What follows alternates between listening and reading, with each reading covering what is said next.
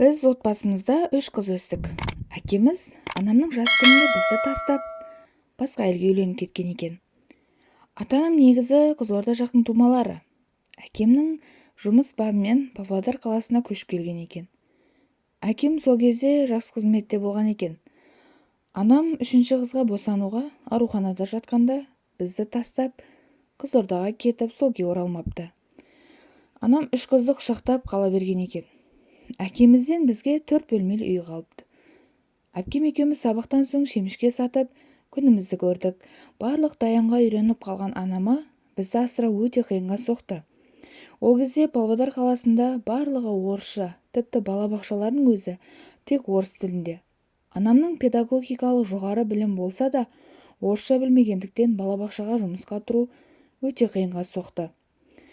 Уақыт өтіп, қиындыққа шыдап, әпкеміз екеуміз оқу бітіріп, жоғары оқу орнының студенттері атандық және қосымша жұмыс істедік.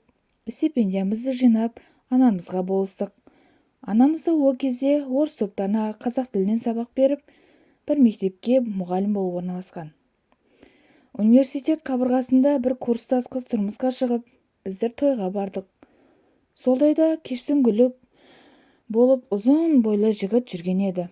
Ортада билеп, кез келген қызды өзіне баурап әкететін жігіттің көзі маған түсіп, вальске шақырды. Өзін Алмас деп таныстырған жігіт Павлодар маңайындағы бір ауылдан екенін айтып өтті. Той соңынан мені үйме шығарып салуға ұсыныс білдірді. Той аяқталып, мені үйге шығарып салған жігіт келесі күнде менімен кездескісі келетінін жасырмады. Сонымен қойш, күндер өтіп, біз Алмас екеуміз ажырамас жұпқа айналдық. Мен ол кезде 4-ші курсқа аяқ басқан кезім еді. Анамыз бізді орысша мектепке бергендіктен, біздің де тәрбиеміз орысшалау еді. Мектепті жақсы оқыдым, университетте де студенттердің алды болдым. Оқуымды аяқтамай тұрмысқа шығамын деген ой үш ұйықтасам да түсіме кірмепті. Жастық, буырқаған көңіл, жігітімнің жұмыс істемейтіні, жоғары білім алмағандығы, қандай отбасында өскендігі, тәрбиесі еш ойландырмады. Тек махаббат. Алмас маған үйлену туралы ұсыныс жасады. Мен де еш ойламастан келісімді бердім. Үйге келіп, анама айтқанда, ол бірден қарсы болып, әлі жассың ғой, оқуыңды да аяқтаған жоқсың, деді. Бірақ мен өзімнің бір беткейлігімнен, онда отырақ үйде, өңкей күйеусіз қыздар, менің бақытым Алмас деп қайтпадым. Анама Алмас екеуміздің төсектес болып үлгергенімізді де жасырмадым. Анам жылай-жылай батасын берді. Сонымен құдалық той. Той болғанда қызық той-ау, қазір есіме түссе не күлерімді, не жыларымды білмеймін. Үйде қызды алып кетуге келетін күйеу жігітті күтіп туыстарым отыр. Бір кезде есік алдынан машина сигнал естілді. Менің армандап ойлағаным қиял екен. Есіктің алдында такси деген жазуы бар бір машина, мигалкасын қосып, машина такси тұр. Ішінен менің болашақ жарым шығып келеді. Басында ыңғайсыздансам да, жігітімді көріп, қуанып, бәрін ұмыттым. Қаланың қызы, ауға келін болып түстім. Негізі өзім қаланың қызы болсам да, анам оңтүстік облыста туып өскендіктен біз кез келген үй шаруасын дөңгелетіп және тамақ пісіру жағынан мықты едік. Мен келін болып түскен отбасында 3 бала екен. 2 қарындасы және менің күйеуім.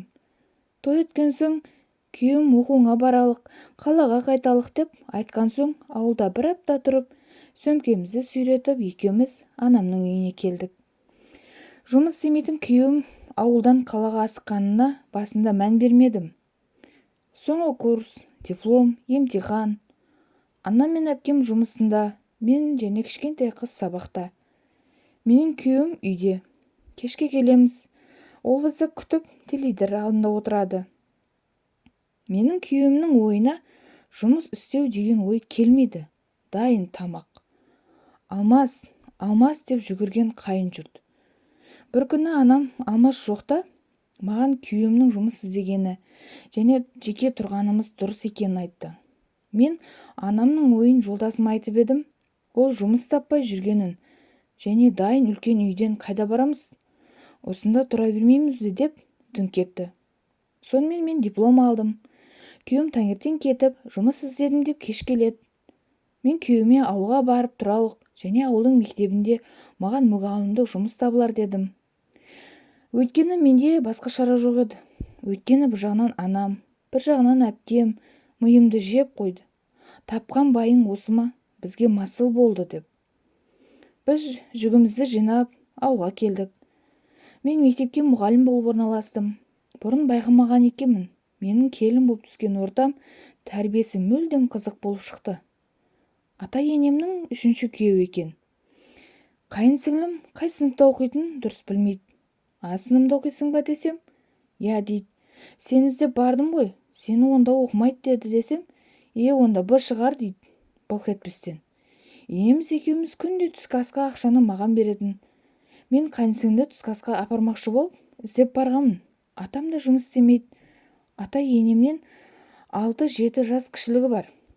Енем сылқылдап киініп алып, құрбыларын аралап қыдыруды жақсы көреді. Үй шаруасы, күйеу тамағы, балалар тәрбиесі деген ойына кіріп шыққан емес. Алған еңбекақымды енеме беремін. Бір күні енемнен еңбекақымның жартысын ұялмастан сұрап алдым. Өйткені жолдасымның үстінде бір дұрыс киім жоқ еді. Тіпті іш киімдерін қашан алған белгісіз, қарауға ұят. Өзі намыстанбайтын. Шынын айтсам, ішетін тамағымыз да мәз емес еді. Жылы жұмсақ жеп үйреніп қалған қала қызына оңайға соқпады. Бірақ күйеуімді жақсы көргендіктен бе, әлде өзім ойланбастан жасаған ісім болғандықтан ба, шегінетін жол жоқ еді. Анама жылап баратын емес. Ол жылы қабақ танытпасы анық. Атам ұсақ-түйек жұмыс жасаған болады. Күйеуім күні-түні үйде, арасында достарымен қыдырып кеш келеді. Енемнің бет-аузын бояудан қол босамайды. Енді үй шаруасын, тұрмысын өзім қолыма алуға бекіндім. Алған айлығымды өзім ұстайтын болдым. Ай сайын дәптерге алатын заттар мен тамақ тізімін жазып, орнымен жұмсай бастадым. Енеме азын-аулақ тиын-тебен ұстаттым. Енем барлық айлықты сұрауға батпады. Ауылда бір жылдай тұрдық. Күйеуім жұмыссыз, тапқан менің ақшамен тұрмысымыз оңалып кеткен шамалы. Ішкен ас пен үйде береке жоқ. Анда-санда төркінге барып тұрдық. Барған сайын анам сумкамды толтырып, киімімді бүтіндеп, көңілім марқайып қалады. Тұрмысымның керемет емес екен ана жүрек сезеді ғой. Мен өзімше білдірмеймін. Біраз уақыттан соң анам шыдамады. Қалаға қайтып келіңдер. Жұмыс тапқанша осы үйде тұра беріңдер деді. Бұл ұсынысқа мен іштей қуансам да, күйеуіме қарадым. Байқасам күйеуім менен артық қуанып тұрған сияқты. Қалаға келдік. Мен өзім оқыған университетке әдіскер болып жұмысқа тұрдым. Магистратураға құжаттарымды өткіздім. Ойым білімімді жалғастыру. Күйеуімді бір туысына $200 беріп жүріп, бір фирмаға күзетке жұмысқа тұрғыздық. Енді жеке шығу жағын ойластырып, бір бөлмелі пәтер тауып, жекеде шықтық. Жағдайымыз оңала бастады. Мен магистратурада оқып, стипендия алып, және әдіскер болып жұмыс істеп жалақы алдым. Аяғым ауырлап, дүниеге ұл бала келдім. Өзім баламен үйде, күйеуім жұмыста. Әкелген ақшасын үнемдеп жұмсап, бір жағынан әпкемен анама болысып, балаға 6 ай болғанда бала бағатын көрші әжейді жалдап, жұмысқа шықтым. Қарбалас өмір басталды. Күндіз жұмыс. Кешке бір үй маңындағы шаштараздың еден жуамын. Түнде ақшаға диплом, курстық жұмыстар жаздым. Күйеуім сол күзет, бір күн істеп 2 күн дем алады. Қосымша ақша табу ойына еш келген емес. Сонымен біраз уақыттан соң анамның үйін кепілдікке қойып, 2 бөлмелі пәтер алдық. Өйткені ай сайын бостан-бос ақша төлегенше өз үйімізге төлейік деп шештік. Ұлымыз өсіп келеді, бірақ күйеуім жұмыстан шығып кетті. Жалықтым, бұл жұмыс ұнамайды дейді. Сонымен сандалып анда-мұнда жұмыссыз 3 ай жүрді. Одан кейін бір жерге жүк көтеруші болып тұрып, денсаулығым келмейді деп, одан да шығып кетті. Күнде барын киіп алып, жұмыс іздеуге кетеді. Айлық алған сайын маған анадай киім керек, мынадай киім керек деп, өзін бірінші ойлайды. Алмасақ ұрыс керіс. Мен баламды туған соң толып кеттім. Бұрынғы киімдерім сыймайды. Әпкемнің киімі дәл келмейді. Көрші тігінші әйелге арзан матадан көйлектер тіктіріп жүрдім. Қымбат киім алғанға отбасы жағдайын ойладым. Және ай сайынғы үй несиесі бар. Жұмыс іздеуге кететін күйеуім соңғы кезде кеш келіп, тіпті үйге де қонбайтынды шығарды. Басында мән бермесем де, соңғы кезде ұялы телефонына қыз-келіншектердің хабарласып жатқандығын байқадым. Тіпті түнде де хабарласатын, беті бүлк етпестен достарым дейтін. Балам үшін үй шырқын бұзбайын деп үндемей-ақ құтылатын едім. Бір күні жұмыссыз күйеуім бір аптаға жоғалып кетті. Менің ойымда бірдеме болып қалды ма екен деген жаман ой. Телефон сөндірулі. Басында ауылға әке-шешесіне кетті ме, әлде бір жерге жұмысқа кетті ме деп те ойлап қоям. Жұмыста бір келіншек көрші подъезде тұратын жесір келіншектің үйінен шығып бара жатқанын, Алмасты көргендігін айтқанда, не дерімді білмей тұрып қалдым. Алып ұшып үйге келдім де, кешке сол келіншек тұрған үйге барсам, өз көзіме өзім сенбедім. Менің күйеуім диванда шалқайып жатыр, теледидар көріп. Ол келіншек бір кәсіпорында есепші болып жұмыс істейді екен. Жасы менің күйеуімнен 5 жас үлкен. Еш ойламастан күйеуіме үйге кеттік дедім.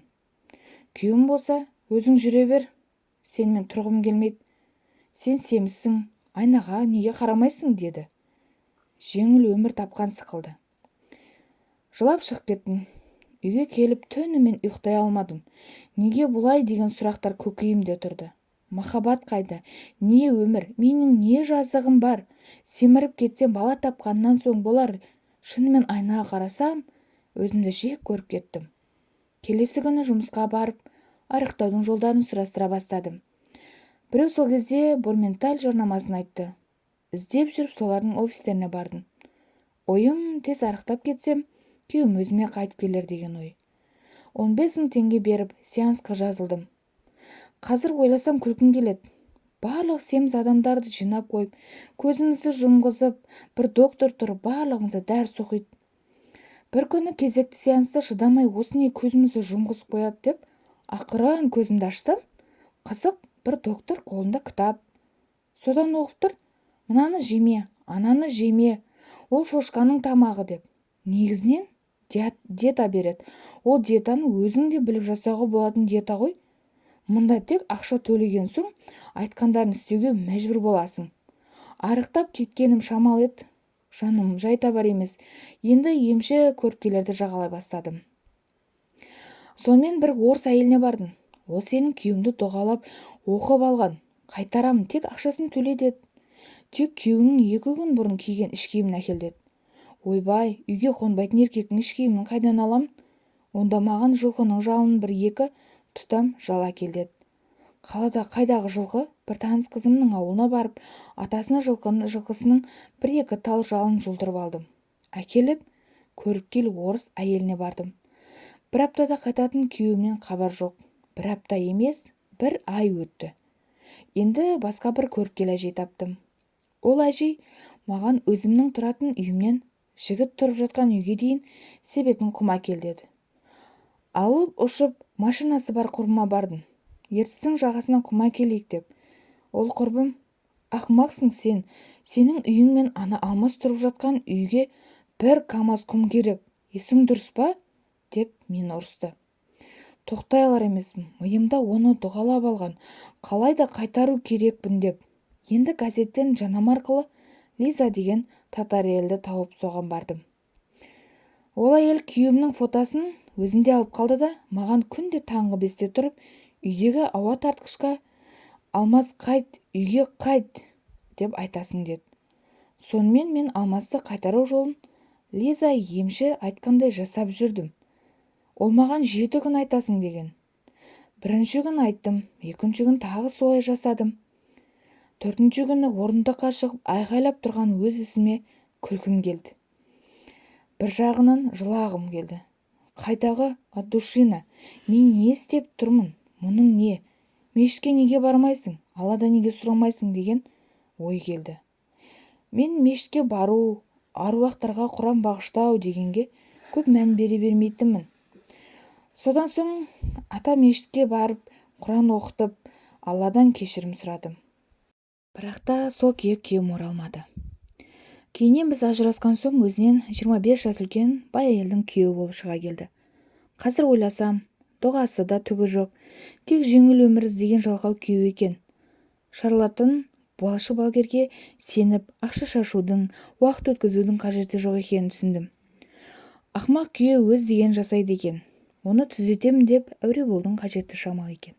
Ең басты жүрек тазалығы, Аллаға деген сенім болу керек екенін ұққандаймын. Мен үйімнің несиесін жауып, пәтерімді жалға беріп, Астанаға жұмысқа ауысып, машина алып, жеке бас өмірім өзгерді.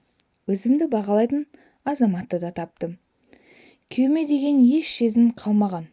Балам да ер жетті, анамен бірге тұрады. Әкесіне жіберіп тұрамыз.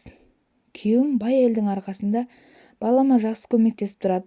Бірақ уақыт өте бала керек пе, әлде ақыл кірді ма, әлде жасы үлкен әйелден жалыға бастады ма, маған жиі хабарласатынды шығарып жүр. Тіпті түнде телефон шалатынды шығарды. Жоқта тұрмысқа шыққалы жатқанымды естіп, маған хабарласып тұрған шығар. Саған күйеуге тиюге кім рұқсат берді? Деп қояды. Мінекей, менің осындай махаббат деп жолықтырған махаббатым осылай аяқталды.